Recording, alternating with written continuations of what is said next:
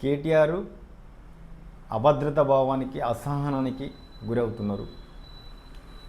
ఇవాళ జరిగిన ఏదైతే నిరుద్యోగుల గురించి సరూర్ నగర్లో చేసిన సభ ఏదైతే ఉందో అది పెయిడ్ ఆర్టిస్టులను పెట్టుకొని ప్రభుత్వం మీద దుమ్మెత్తిపోయడానికి 2.5 సంవత్సరాల నుంచి ఎంత చేసినా కానీ కేటీఆర్కు మైలేజ్ వస్తలేదు. కేటీఆర్ను ఈ రాష్ట్ర ప్రజలు సీఎంగా ముఖ్యమంత్రిగా ఊహించుకుంటలేరు.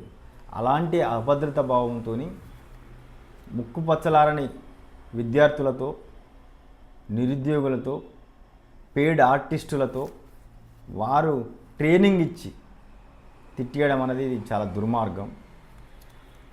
ఆ సభ పైన అస్మా అనే అమ్మాయి పవిత్రమైన బుర్కా వేసుకొని అపవిత్రమైన మాటలు మాట్లాడుతుంది. ఆమె మాట్లాడే మాటలకు ఆ సభకు అసలు సంబంధమే లేదు. గౌరవ ముఖ్యమంత్రి గారిని ఏకవచనంతో ఉద్దేశిస్తూ, ఏ బిడ్డ, పెన్నుతో గుండెల్లో గుచ్చి నిన్ను చంపుతాం, దొంగ మొకపోడా అని ఇలాంటి అన్పార్లమెంటరీ వ్యాఖ్యలు. ఆమె ఒక మహిళ, ఒక విద్యార్థిని, చదువుకొని ఉద్యోగం కొరకు పోరాటం చేస్తున్నాడు.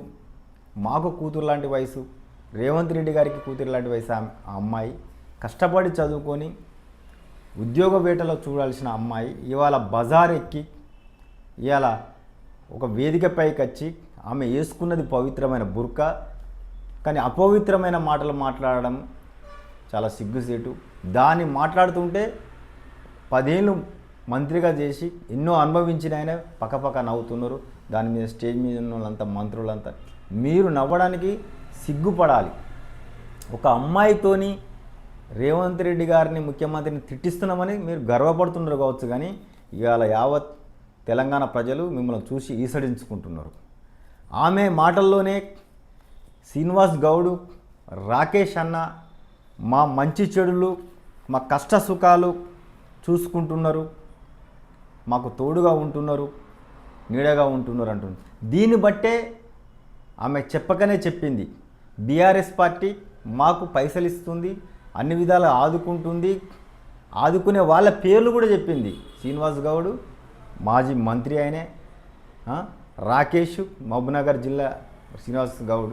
ఇంత దుర్మార్గమైన ఆలోచన ఒక బీఆర్ఎస్ వాళ్ళకే పుడుతుంది. ఒక కుటుంబ పార్టీ కాబట్టి, ఒకటే కుటుంబం రాజకీయంగా ఎదిగింది కాబట్టి, ఒకటే కుటుంబం ఉద్యోగాలు చేసుకున్నది కాబట్టి మీ హృదయంలో వచ్చే దుర్మార్గపు ఆలోచనలను కల్లా కపట మెరగని విద్యార్థులకు నేర్పి రేవంత్ అన్న ప్రభుత్వాన్ని తిట్టిస్తున్నారు. ఇవాళ తెలంగాణ రాష్ట్ర ప్రజలు మొత్తం యావత్గా చూసి నవ్వుకుంటున్నారు. పదవి లేకపోతే బతకలేరా? వనరులు ఉన్నాయి, సంపదను దోచుకున్నారు. ఇవాళ కాకపోతే నీతిగా కొట్లాడండి, నిజాయితీగా కొట్లాడండి. ఇవాళ కాకపోతే రేపు వస్తుంది మీకు అవకాశం. కానీ మీరు చేసే తప్పుడు పనులకు కేటీఆర్ గారు మీరు జన్మలో కూడా ముఖ్యమంత్రి కాలేరు. ఎందుకంటే ఇలాంటి తుగ్లక్ పనులు చేయడం వలన, ఇలాంటి పెయిడ్ ఆర్టిస్ట్ పెట్టి నువ్వు స్టేజ్ మీద పెట్టి తిట్టించి సంబరపడ్డంత మాత్రం ఈ సంబరానికే నువ్వు సరిపోతావు. ఇదా రాజకీయం అంటే? ఉద్యోగాలు ఎట్లా ఇస్తారో నీకు తెలియదా? ఎన్ని ఉద్యోగాలు ఇచ్చిందో కాంగ్రెస్ పార్టీ తెలియదా? అసలు కుండలో ఉన్నదంతా దోసుకపోయి ఉన్న ఉద్యోగాలంతా మీరు అనుభవించి అసలు ఏమున్నదని అక్కడ చేయడానికి కాంగ్రెస్ పార్టీకి ఏం మిగిలించినావని ఇంకా గంగిరెద్దులక చూస్తున్నావా తెలంగాణను దోసుకుంటామని?